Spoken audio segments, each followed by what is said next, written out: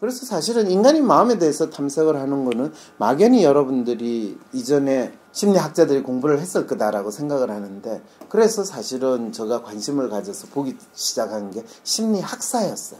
심리학이라는 학문을 왜 시작을 했으며 대체 그 사람들은 뭐에 대해서 알려고 했을까?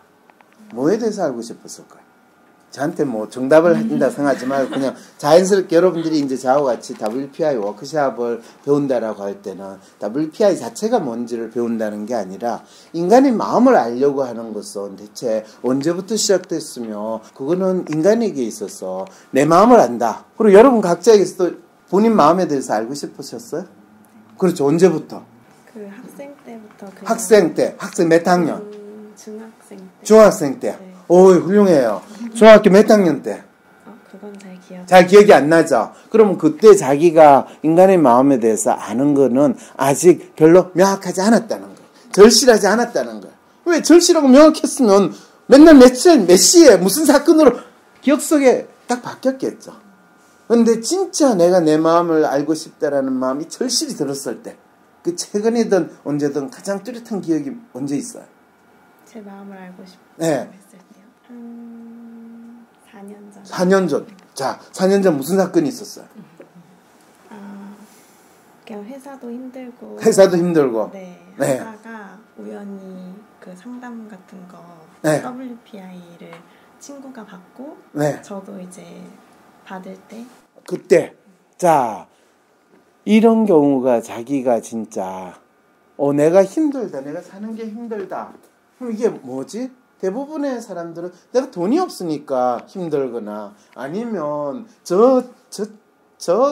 뭐 같은 상사, 저 인간만 없으면 내가 나을 텐데라든지, 대부분의 사람들은 그렇게 생각을 해요. 또는 내가 좋은 학교를 나왔으면, 또는 우리 부모가 누구였으면, 이런 식으로 생각을 할 때는 자기 마음에 대해서 아무리 힘들어도 자기 마음에 대한 궁금함으로 가지 않아요. 그리고 되게 뭐 누구 때문이고 우리 환경이 어쩌고 이런 식으로 생각하는 분들은 오늘 이 워크숍에 오지 않은 대부분의 리얼리스트 성향의 분들은 지금도 그 생각을 하고, 그래서 돈을 조금만 더 많이 벌기만 하면 내 문제가 해결될 거라고 생각하고, 저 인간이 사라지기만 하면, 대통령이 바뀌기만 하면 내 문제가 해결될 거라고 믿는 분들, 실제로 대한민국에서 거의 70~80%의 분들이 그런 마음으로 사세요. 그런데 여러분들은 그 중에서 좀 특이하게도 내가 힘들 때 내 마음이 어떤 건가에 대한 관심을 가졌는데, 이걸 역사적으로 이야기를 했을 때 인간은 언제쯤부터 자기 마음에 대해서 관심을 가졌을까? 라는 질문 던져볼 수 있겠죠. 그죠? 네. 언제쯤일까요?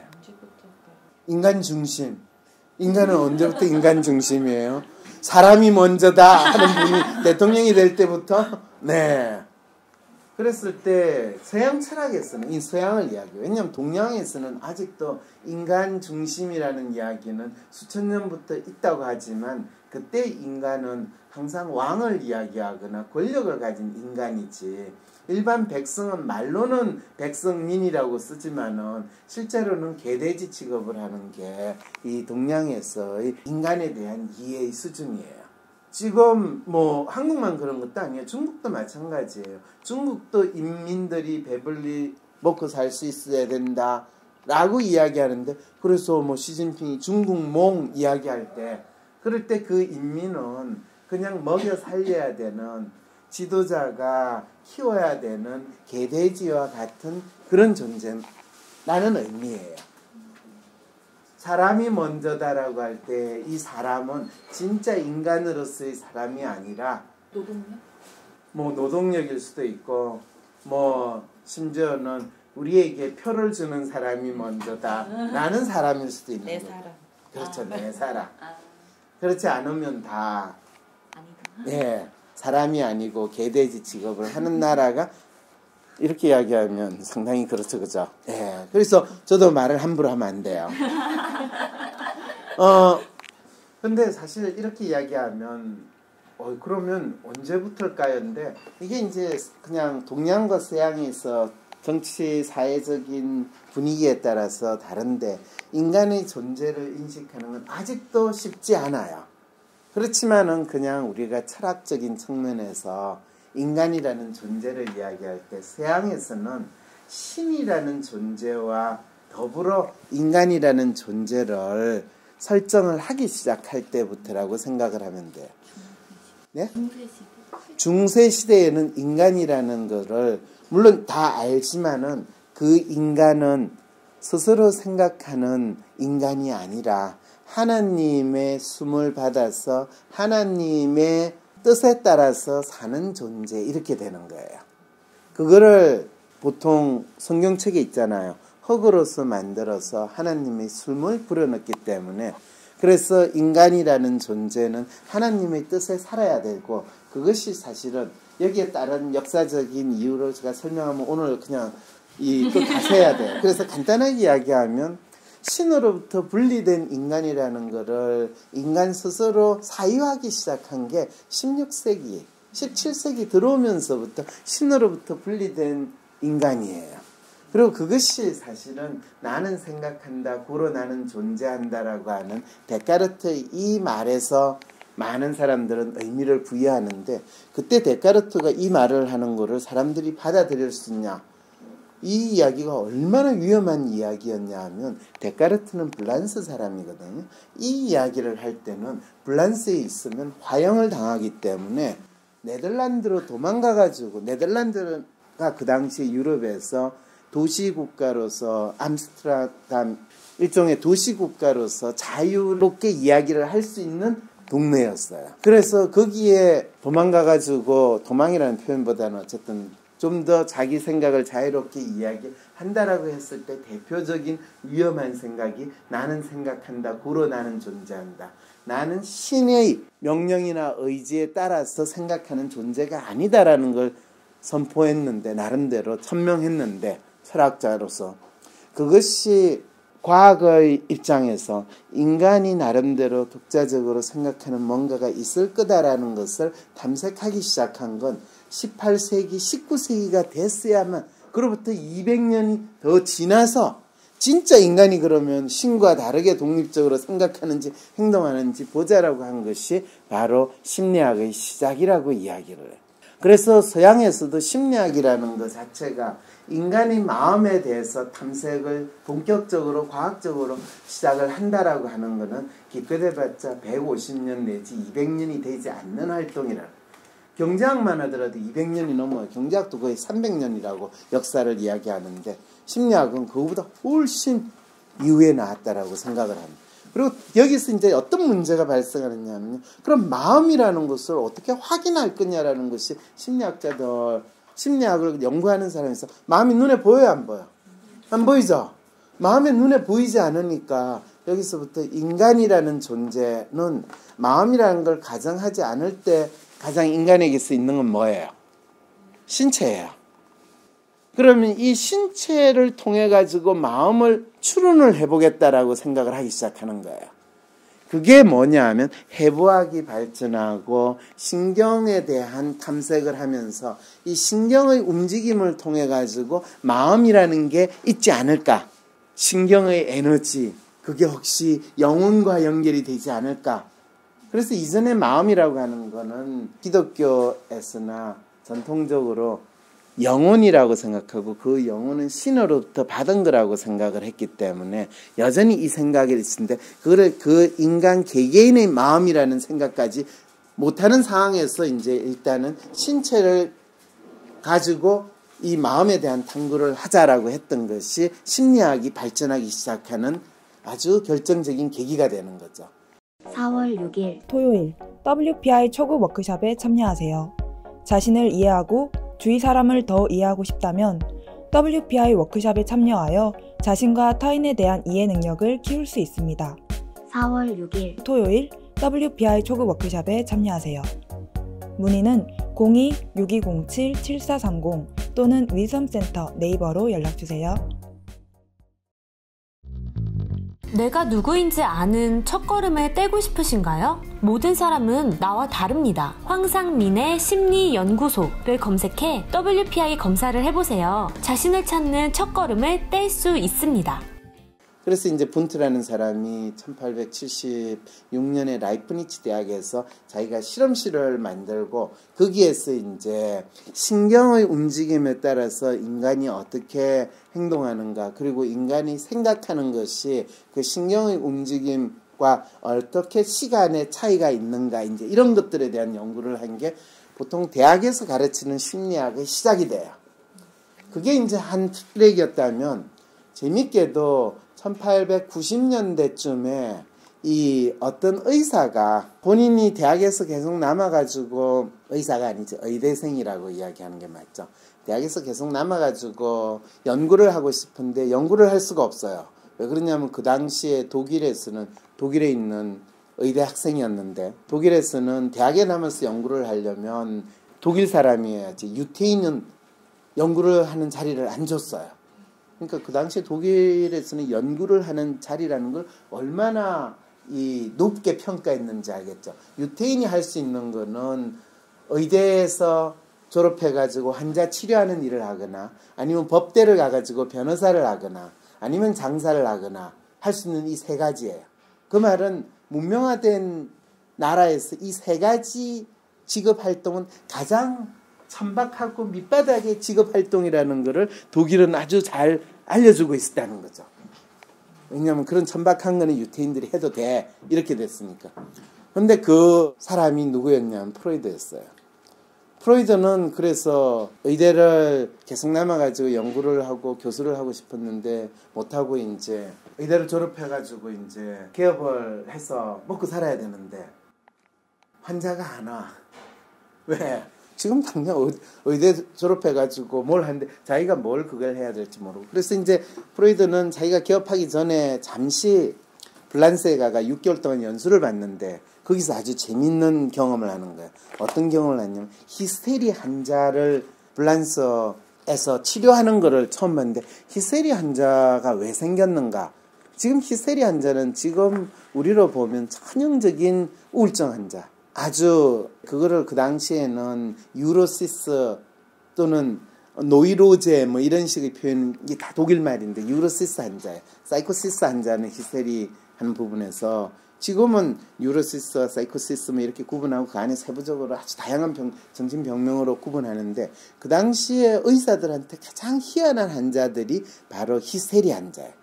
히스테리 환자는 그냥 뭐 히스테리 부린다 수준이 아니라 거의 보면 그런데요 이런 식의 행동을 하고, 이게 로맨티스트와 매뉴얼 성향이 많은 분들, 로맨티스트에서 트러스트 수준이 상당히 낮은 분들이 아주 전형적으로 보이는데, 네, 여기 있는 어떤 분들이 그거를 상황에 따라서 아주 힘든 상황이 되면 그런 모습들이 보이기도 하고, 또 우울증 증세로 진단받아 가지고 병원에서 약 먹고 조금만 지나면 아주 전형적인 그런 모습들이 잘 나타나요.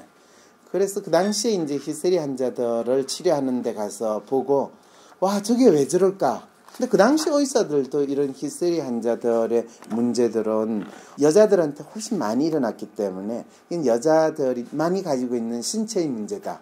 여자들만이 가지고 있는 신체가 뭐가 있어요?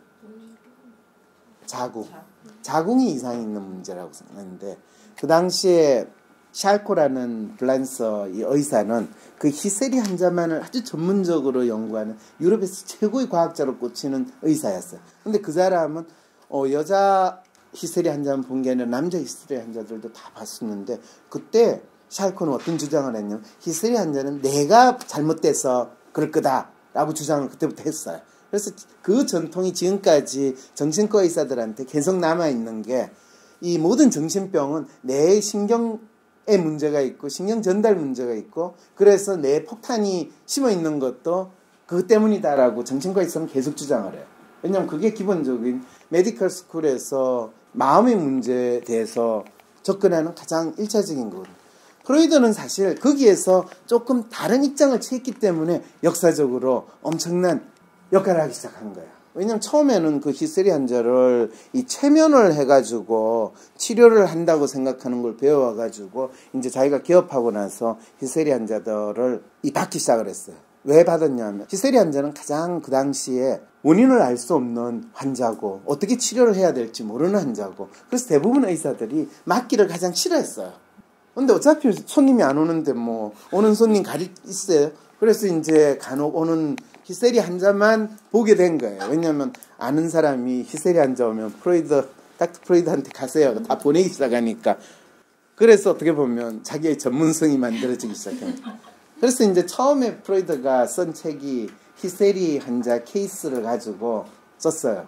어쨌든 왜 이제 이런 이야기를 하냐 하면 결국에 이 모든 우리가 지금 성격에 대해서 안다든지 마음에 대해서 안다라는 거는 그것이 단순히 마음이 어떤 특성을 가지고 있느냐라는 것도 있지만은 신체적으로 여러 가지 다양한 정세를 표현하는 부분이 있다는 거예요.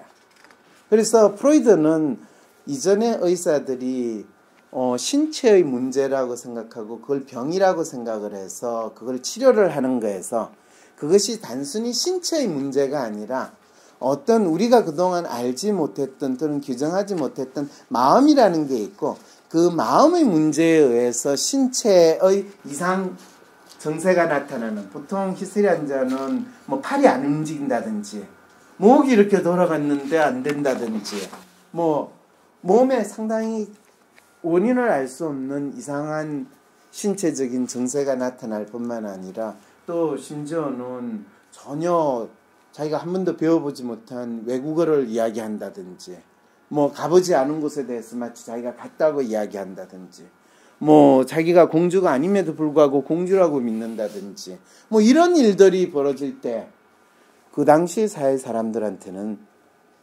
대체 이게 정신 소위 말해서 미친 사람이라고 해서 격리를 시킬도 되는데 격리시킬 수 없는 사람인 경우에 어떻게 해요? 자기 아버지가 귀족이거나 또는 돈이 많거나 그러면 굳이 격리를 안 시키고 뭔가 치료를 해야 된다는 생각을 하게 되는 거잖아요. 그래서 프로이드 환자들은 상당히 그 시대에서 웬만큼 형편이 좋은 사람들이 올 수밖에 없었던 이유가 격리 수용돼가지고 완전히 지낼 수는 없고 얘가 지금 아프다고 그러고 이상하니까 분명히 이거를 치료해 주세요 라고 해서 이제 그거를 치료하는 과정에서 우리가 지금 정신분석이라고 이야기하는 프로이드 나름대로의 치료법과 또 그 이론이 만들어지게 됩니다.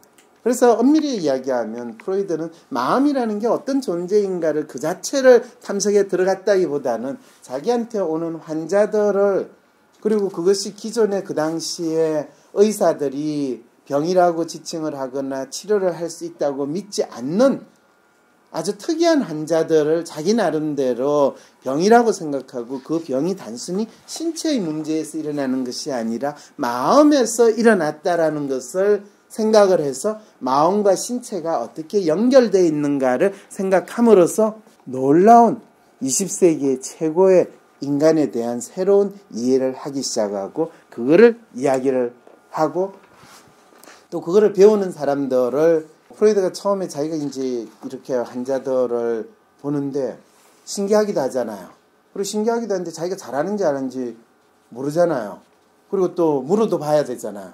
그래서 매주마다 수요 모임이라고 수요일마다 자기 집에 자기 친구들 불렀어요. 친구들이라 해봤자 다 유태인들이 많았고 의사들이 많았으니까 불러가지고 자기 환자들을 케이스를 이야기를 하면서 그거에 대해서 다른 사람들이 뭐라고 생각하는지 물어도 보고 같이 그거에 대해서 공부를 하는 모임을 가진 거예요. 그게 수요 모임이라고 시작했는데 그게 매주 수요일마다 했는데 할 수 있었던 가장 큰 이유는 프로이드가 손님이 없어 시간이 많아가지고 그렇게 할 수 있다는 아주 놀라운 조건이었어요.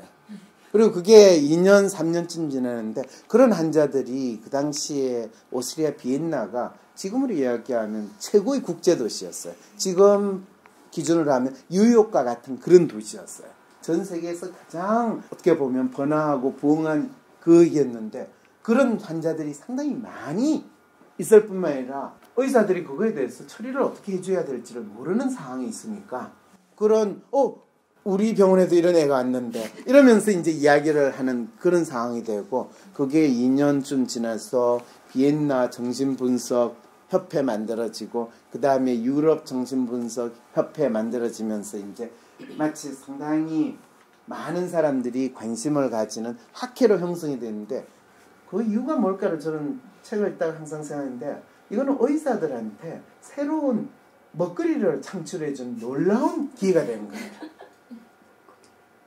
이게 비즈니스 영역이 엄청나게 확장되는 거예요. 그래서 그 당시에 우리가 치료할 수 없습니다라고 생각했던 그리고 격리 수용만 시켜야 됐던 그 환자들에 대해서 아주 우아하게 치료해 줄 수 있는 방법을 프로이드는 공유를 하게 되고 그거를 아주 전문 직업으로 만들게 된 거죠. 근데 이제 지금 우리가 생각하는 정신과 의사는 프로이드 이 방법으로 마음을 이해하고 치료해 주는 사람은 정신과 의사 중에서 10%도 안 돼요. 정신과 의사가 프로이드가 생각하는 마음에 대한 이해를 가지는 사람은 정신과 의사 중에서 10%도 안 되고 5%나 되나? 5%도 안 될까? 1% 정도 수준이에요. 그럼 대부분 정신과 의사들은 어떤 프레임에서 마음을 보느냐 하면 기본적으로 마음의 존재에 대해서 거의 인정하지 않아요. 마음이라는 것은 단순히 이 뇌나 우리 신체의 신경계 대부분은 뇌죠. 뇌에 의해서 만들어진 어떤 환상과 같은 거야 라고 생각하는 것이 정신과 의사들이 받는 의학 교육에서 기본적으로 있어요. 왜 이게 이제 그렇게 됐냐 하면 1940년 50년까지만 해도 정신의학이라는 것 자체를 프로이드가 이야기하는 그 프레임에서 외에는 거의 마음의 작동에 의해서 병이 생긴다는 걸 인정을 안 했어요. 지금도 사실은 의사들이 진찰을 하다가 자기들이 아주 통념적으로 또는 전문적으로 잘 규정할 수 없는 환자들이 있잖아요. 그러면 그 환자들을 정신과로 리퍼는 많이 해요. 근데 정신과에 리퍼를 받는 의사는 이 환자가 이런 행동을 왜 보이는 겁니까? 라고 하면 뇌 신경 전달 물질의 문제, 뇌 회로가 잘못됐습니다. 그 뇌 회로가 어떤 건가요? 아이, 뇌에 있는 회로가 회로지 뭐. 이런 수준이 그럼 어떻게 해야 됩니까? 치료를 받아야 된다. 어떤 치료요? 약을 드세요. 그래. 이게 언제부터 이루어지기 시작했냐면 1950년대 후반부터 이루어지는 의사들의 치료 방법이에요. 그래서 이제 정신약물 치료라고 그러는데 사실은 거의 1950년, 60년대까지 프로이드에 의해서 정신병이라는 것이 마음의 문제다라는 것이 엄청나게 인정을 받는데 문제는 뭐냐 하면 정신분석으로 그 사람들을 치료를 하는 게 치료 효과가 상당히 더딜 뿐만 아니라 엄청나게 많은 시간이 걸리니까 정신분석은요 보통 받으면요 이 10회, 20회가 아니라 기본적으로 100회예요. 그래서 이게 시간이 오래 걸리고 또 조금씩 나아진다고 하지만은 보통 그 나아지는 게 뭐 이 5년, 10년 기본이 되니까 프로이드한테는 엄청 도움이 됐겠죠, 그죠? 네, 프로이드의 경제 사정이 엄청 좋아졌어요. 그래서 근데 이렇게까지 저 까발리면서 이야기를 하면 프로이드 할아버지가 기분 나빠할 텐데 프로이드 할아버지는 사실 어떻게 하면 그 사람이 문제가 해결이 되고 효과가 있는가에 대해서까지는 파악을 내지를 못했어요.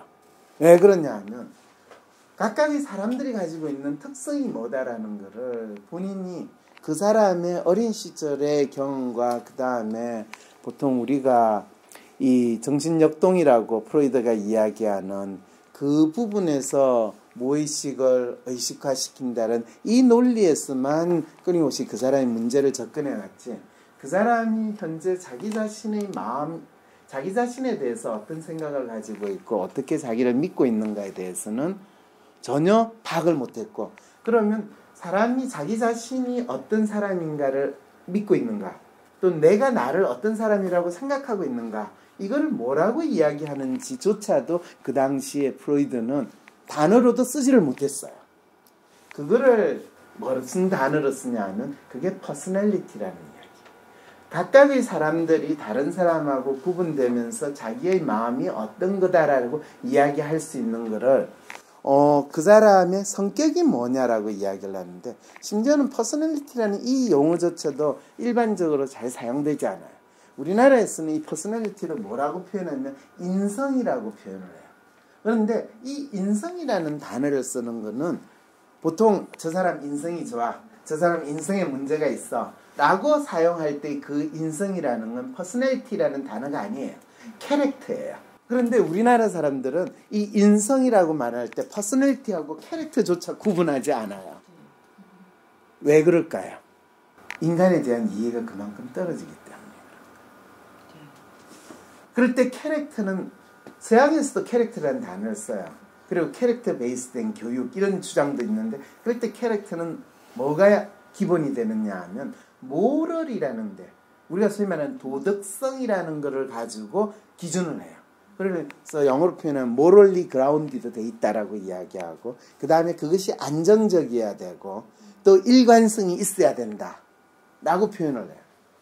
이렇게 이야기하면 또 이 캐릭터하고 퍼스널리티만 가지고도 오늘 하루 또 다 지나가니까 여러분들이 이 단어가 가지고 있는 의미에 대해서 분명히 알아야 필요가 있구나라는 걸 생각을 꼭 해보세요. 그래서 일반적으로 저 사람이 인성이 어쩌고 저쩌고 저 사람이 성격이 어쩌고 저쩌고 하는 거는 다 캐릭터에 대한 이야기지 퍼스널리티라는 말을 정확하게 이해하지를 않고 퍼스널리티라는 말은 실제로 마인드, 그 사람 개인의 인디비듀얼 마인드 그거를 영어로 이야기하면 individuality라고 표현을 해요. 개체성, 그 사람의 고유한 속성을 이야기할 때 퍼스널리티라는 말이 들어가기 시작을 해요. 내일 방송되는 3부에서 계속됩니다. 황심소는 나 혼자 고민하는 해결할 수 없을 것 같은 문제를 공개 상담함으로써 나와 비슷한 고민을 하는 사람들의 고민을 동시에 해결해드립니다. 검사 결과를 같이 보내주실 경우 더욱 상세한 상담이 가능합니다. 편집의 최윤희였습니다.